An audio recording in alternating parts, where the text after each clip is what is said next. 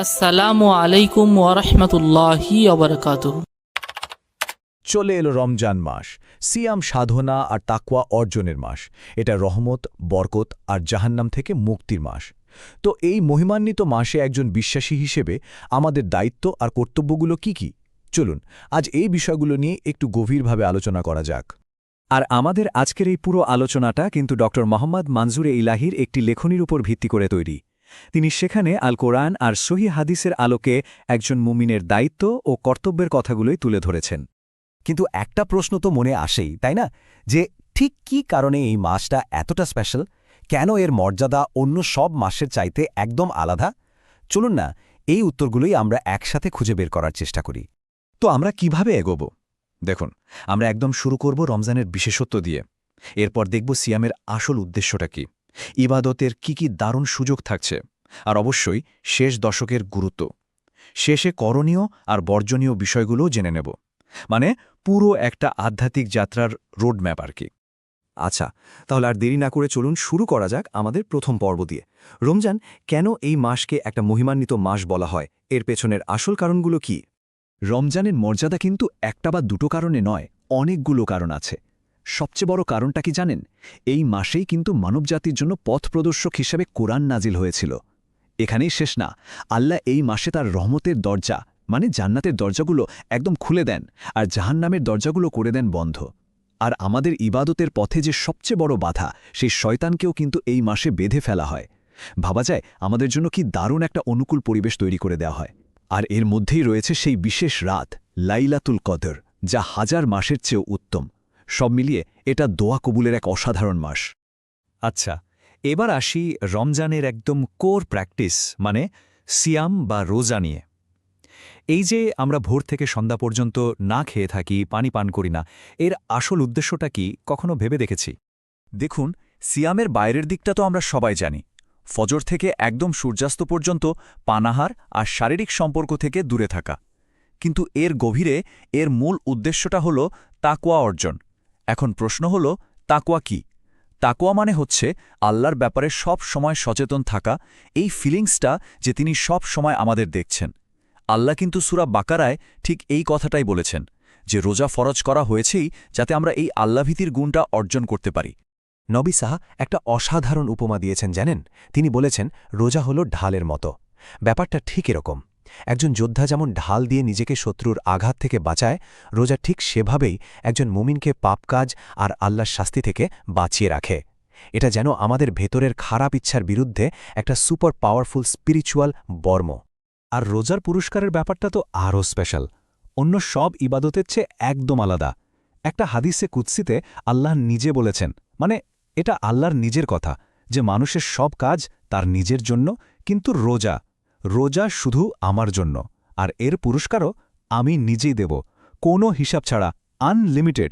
ভাবুন তো একবার, এটা আসলে রোজাদার আর আল্লাহর মধ্যে একটা অন্যরকম ভালোবাসার সম্পর্ক তৈরি করে দেয়। রমজানকে কিন্তু ইবাদতের বসন্তকাল বলা হয়, মানে এই সময়টায় ভালো কাজের ফল যেন বহুগুণে বেড়ে যায়। তো এমন একটা গোল্ডেন টাইমে কোন আমলগুলোর উপর আমাদের স্পেশাল ফোকাস করা উচিত? প্রথমেই আসে রাতের নামাজ, মানে কিয়ামুল লাইল, যেমন তারাবিহ বা তাহাজ্জুদ। ফরজ নামাজের পর এটাই কিন্তু সেরা ইবাদত, আর এর পুরস্কার বিশাল। হাদিসে কি বলা হয়েছে জানেন? যে ব্যক্তি শুধু ঈমান আর সওয়াবের আশায় এই নামাজ পড়বে, তার আগের সব গুনাহ মাফ করে দেওয়া হবে।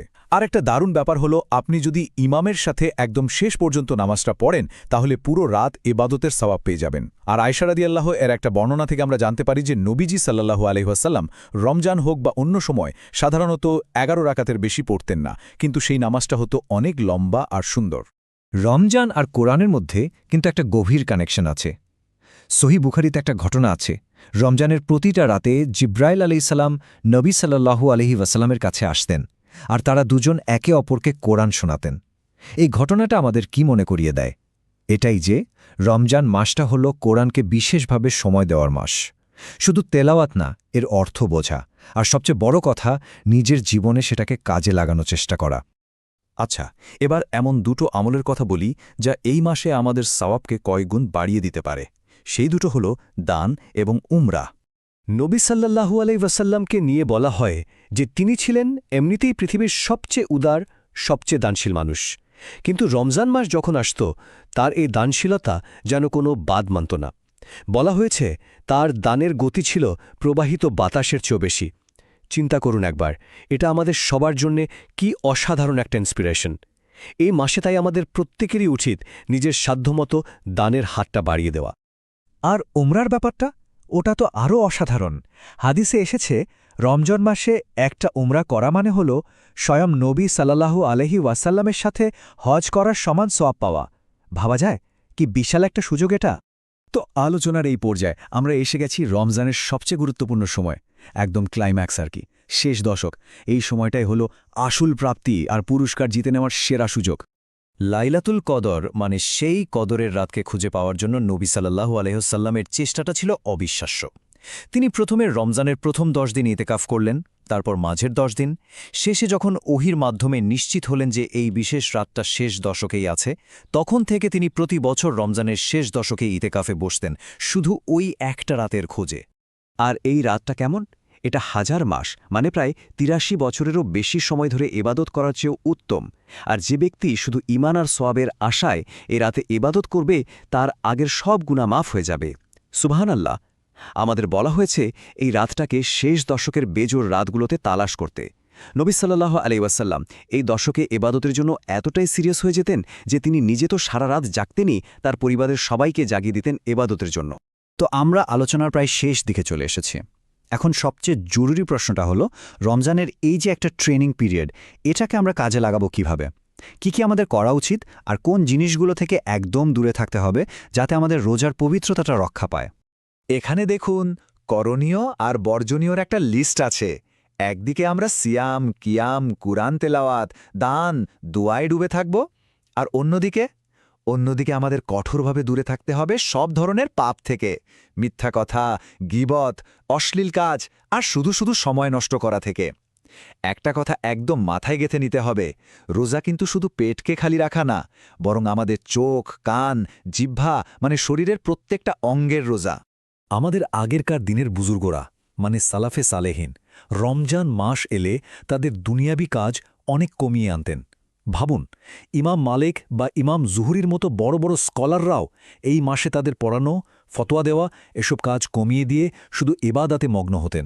এটা আমাদের জন্য কিন্তু অনেক বড় একটা শিক্ষা। আর একদম শেষে একটা প্রশ্ন রেখে যেতে চাই আমাদের সবার জন্য। রমজানের এই যে 1 মাসের একটা ইন্টেন্স ট্রেনিং হলো আত্মনিয়ন্ত্রণ আর ইবাদতের, এই ট্রেনিংটা কি শুধু এই মাসেই শেষ হয়ে যাবে, নাকি এই মাসের অর্জনগুলো দিয়ে আমরা আমাদের বাকি 11টা মাস, এমনকি আমাদের পুরো জীবনটাকেই বদলে ফেলতে পারি? এটা কিন্তু ভেবে দেখার মতো একটা বিষয়।